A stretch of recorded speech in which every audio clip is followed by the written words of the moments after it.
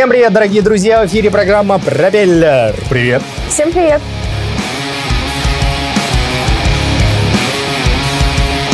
Мы выходим наконец-то в эфир после долгого новогоднего перерыва. И наш первый выпуск после этого самого перерыва. И у нас первый гость, Мария! Привет, Маша! Привет! Нет, ты наш гость. Владимир Сидельников, пилот, музыкант и киноактер. После службы в армии окончил летное училище и начал работать в гражданской авиации. Увлекается исторической реконструкцией, пешим туризмом и играет на ударных в группе «Нархим». У тебя в Инстаграме есть коротенькие видео с твоих полетов. Расскажи, как тебе пришла такая идея вообще, и сложно ли снимать во время полета? Ну, то есть отвлекаться, когда ты... Ну, это же... Да, там же нужно за всем следить, столько приборов, и при этом ты успеваешь еще снимать. Ну да, сложно так, когда ты типа снимаешь. Добрый вечер, друзья! Сегодня мы садим самолет при большом минимуме. Нет. Чтобы не нарушать технику безопасности, да, естественно, и не держать камеру, и не отвлекаться на это, то ее прикрепляем куда-нибудь. Ты летаешь по республике, получается. Расскажи, какие вот красоты ты там видел. Что тебе больше запомнилось? У нас республика действительно очень красивая. Вот если брать, допустим, фильм «Властелин колец», да, вот там они снимали в Новой Зеландии, типа очень много таких красот. У нас ничуть не хуже, вообще абсолютно. Природа просто обалденная. Допустим, прилетаешь в какой-нибудь Батагай, там рядом есть Киселя. Уникальное место, просто шикарное. Ты идешь вот по этим местам, и такое ощущение, что из какой-нибудь ближайшей скалы сейчас вылетит дракон. Ты попал реально в какую-то фэнтези-сказку. Подходишь ближе, и там вот эти вот скалы, они облеплены такими мелкими-мелкими ракушками. То есть это когда-то было дно. Если брать Вилюйский район, тайга и просто такой кусок пустыни. Здесь, тут, там. Море Лаптевых, да. Вот это полярная ночь, северное сияние, ветер 20 метров в секунду. Романтика.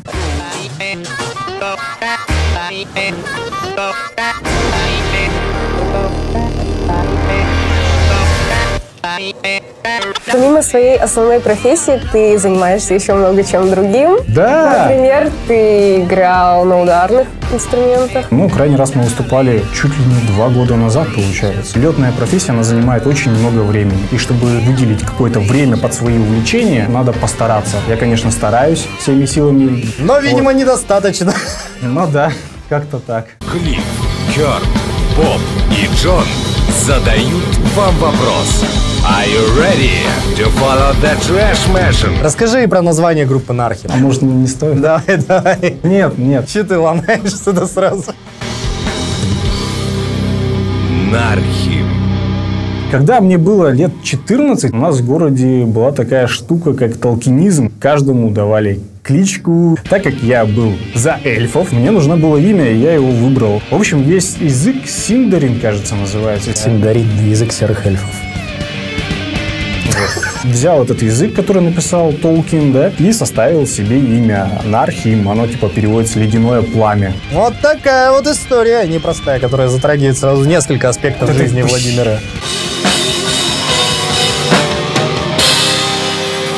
У нас в Якутске появилось новое развлечение, так называемые лучные бои. Эта идея пришла 2 друзьям, Алексею и Егору. Так как мы вместе занимаемся историческими средневековыми боями, и тема средневековья нам очень импонирует, скажем так, тут такое прикольное развлечение появилось. Это почти что пейнтбол, только без краски, без пистолетов, но с луками и стрелами. Ну что ж, меньше слов, больше дела. Давайте просто посмотрим наш сюжет про то, как мы всей компанией также выехали и поучаствовали в этом замечательном мероприятии. Забегая вперед, скажу, что нам очень понравилось. Было очень круто.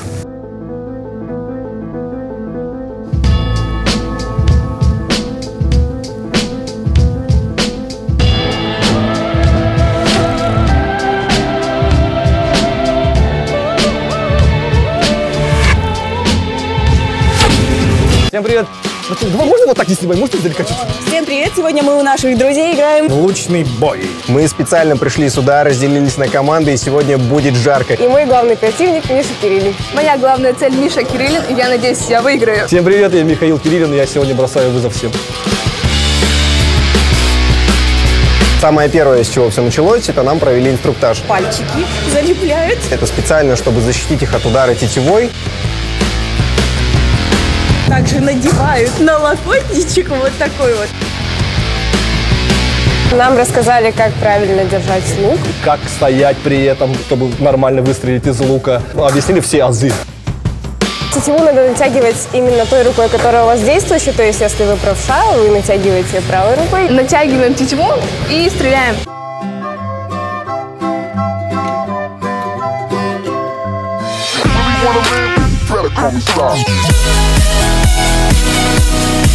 Сам лук, он достаточно тяжеловесный. Мне достался 10 килограмм, Кэпу достался 12 килограмм, и есть, наверное, еще больше.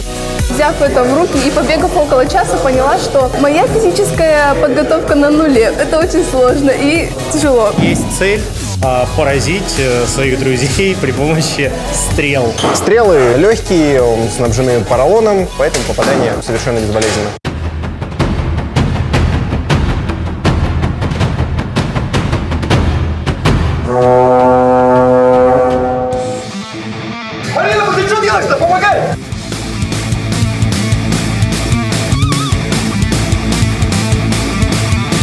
Эти штуки спасают жизнь каждому. А на самом деле это мой дом.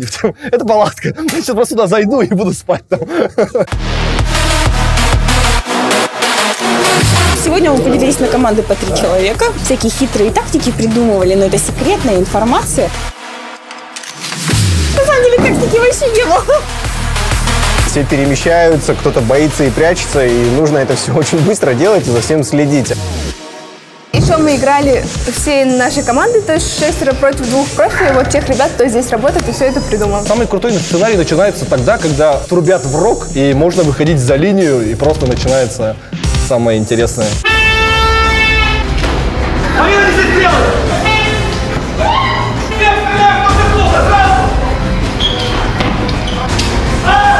Было труднее всего сражаться с Мишей Кириллиным. Ну и в то же время с ним в команде играть было тоже трудно.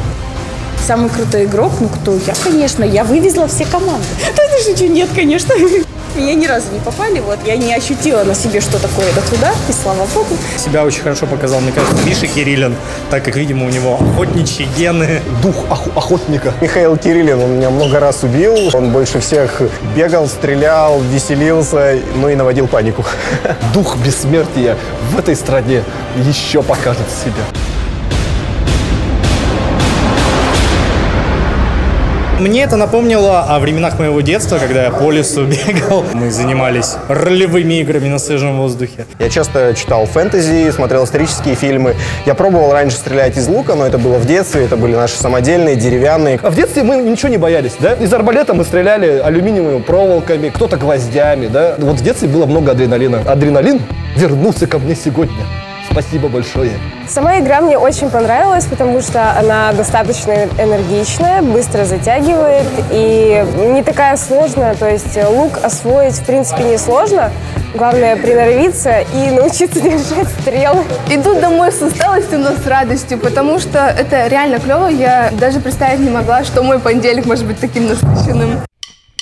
Action! 1, 2, 3. Лакшери!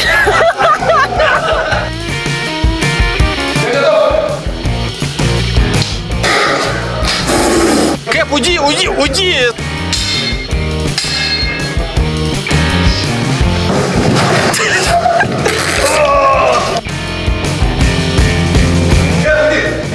Только в меня не стреляй! А я... А нарисуй смайлик из WhatsApp.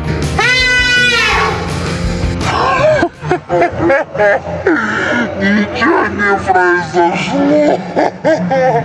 Такой вот у нас замечательный сюжет получился. Давай продолжим говорить про хобби твои. Я знаю, что ты участвовал еще в работе театра в Бугуруслане. В Бугуруслане, да, я принимал работу В театре. в театре.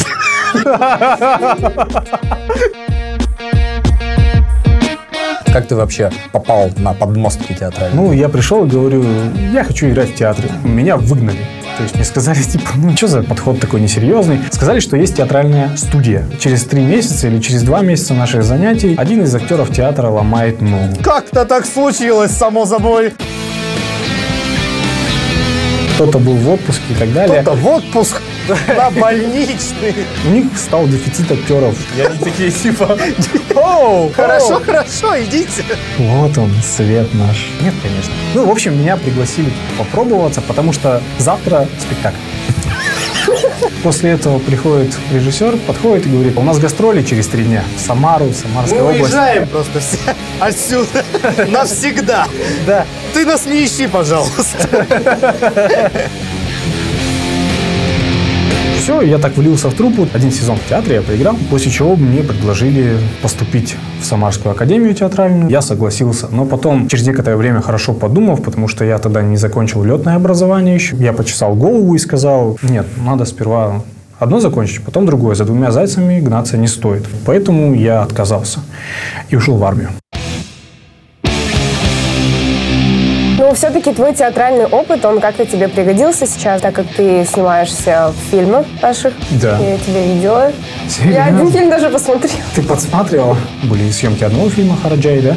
После этого звали там в разные рекламы и так далее. Все мы знаем, что часто, когда снимаются какие-то ужастики, происходит какая-нибудь чертовщина на съемочной площадке. Честно говоря, я вообще человек не суеверный, да? Единственное, что я делаю, наверное, я плюю через плечо 3 раза соль, кидаю и смотрюсь в зеркало. Начал перечислять. Да. Нет, я вообще, в принципе, не суеверный, да, то есть такого нету. То же самое в плане авиации. Сам процесс съемок вообще как проходит? Кстати, тогда я понял, что такое 1-я степень переохлаждения. Это была осень, но тогда уже на улице было где-то приблизительно минус 20-25 градусов на съемках. И мне пришлось сниматься в одной кофте только, да. Ну, не в одной, там штаны. Там штаны были, да. Вот, в одной кофте, но дело в том, что в этом доме, да, была температура наружного воздуха. Сперва было холодно, но после 3 часов я понял, что мне тепло. Я выхожу на улицу, такая прекрасная звездная ночь была, и я понял: а почему мне так тепло? Это было прикольно. Ну, кстати, после этого не заболел даже. Знаю, что был тут еще конкурс на лучший видеоклип на песню группы «Серебро». Да, было дело. Ну, меня пригласили, типа: хочешь сняться? Поможешь? Я такой: да, конечно, я за любой кипиш. Сняли, заняли, я уже не помню, 2-е место, что ли, мы там заняли в этом конкурсе. Но здесь все дело в лайках, просто в друзьях. У кого больше друзей, тот и побеждает. Хотя наше видео Макс Фадеев реально оценил, сам режиссура, актеры. Ну, все равно приятно.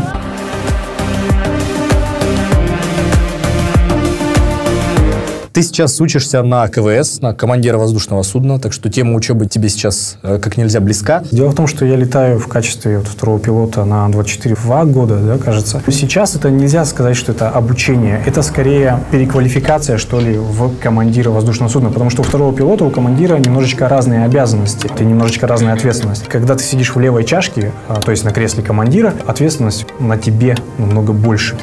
Давай поговорим именно об этой части переквалификации, потому что наш следующий сюжет как раз посвящен образованию. Что нового ты узнаешь в качестве уже вот своей новой роли? Сейчас идет тренажерная подготовка.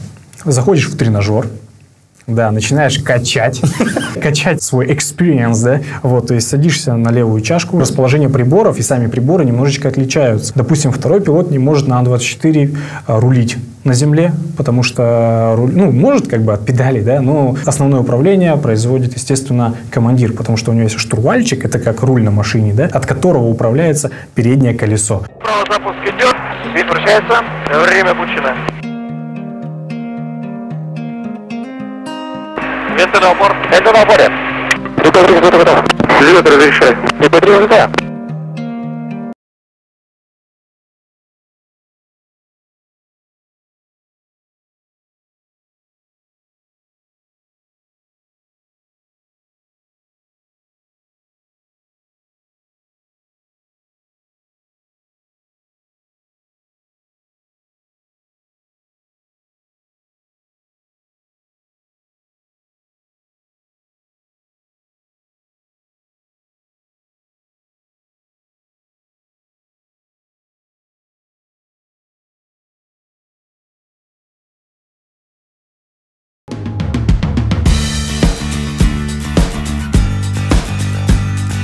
Для каждого выпускника школы особенно важно выбрать институт, в котором можно получить действительно качественное образование. Здесь, в Восточно-Сибирском институте экономики и менеджмента, есть все условия для эффективной учебы. В ФСИМ можно получить среднее и высшее профессиональное образование. Студенты выбирают удобную для них форму обучения – очную или заочную. Немаловажно, что институт располагает собственным зданием.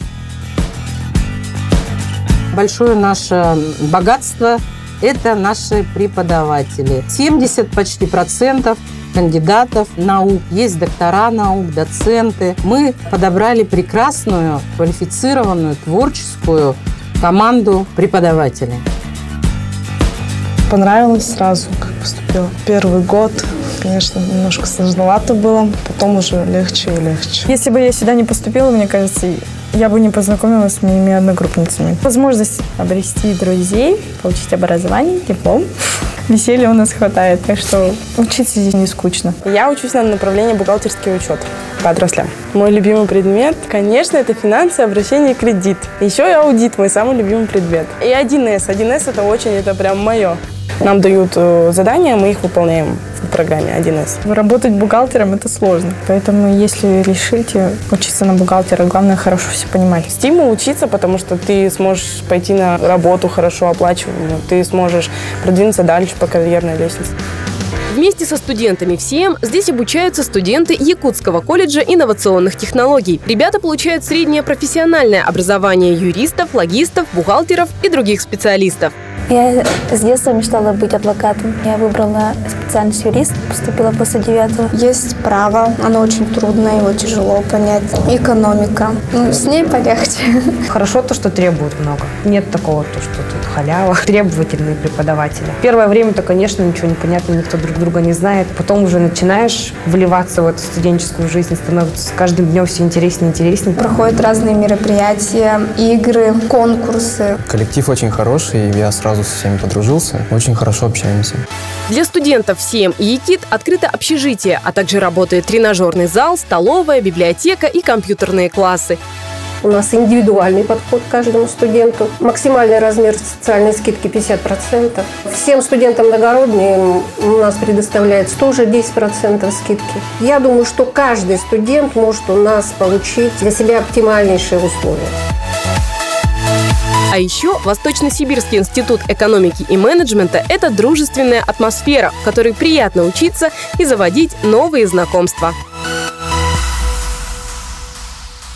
Как ты думаешь в дальнейшем развиваться как пилот и как личность? Вообще у меня по жизни в первую очередь это работа. Первым делом самолеты, да, это как раз про меня, потому что чем я занимаюсь, это все свободное время. Сейчас вложусь в командиры, некоторое время буду летать в качестве командира воздушного судна на Ан-24, Ан-26 у нас по республике. В дальнейшем получить уровень английского языка и уже идти на Боинг, на иномарки, если получится, может быть, за границей поработать даже. У нас был в гостях Владимир Сидельников. Если вы хотите задать ему какие-то дополнительные вопросы, задавайте их в комментариях к этому видео. Заходите на наш канал на Ютубе, в Инстаграме и ВКонтакте. Всем пока! Всем пока!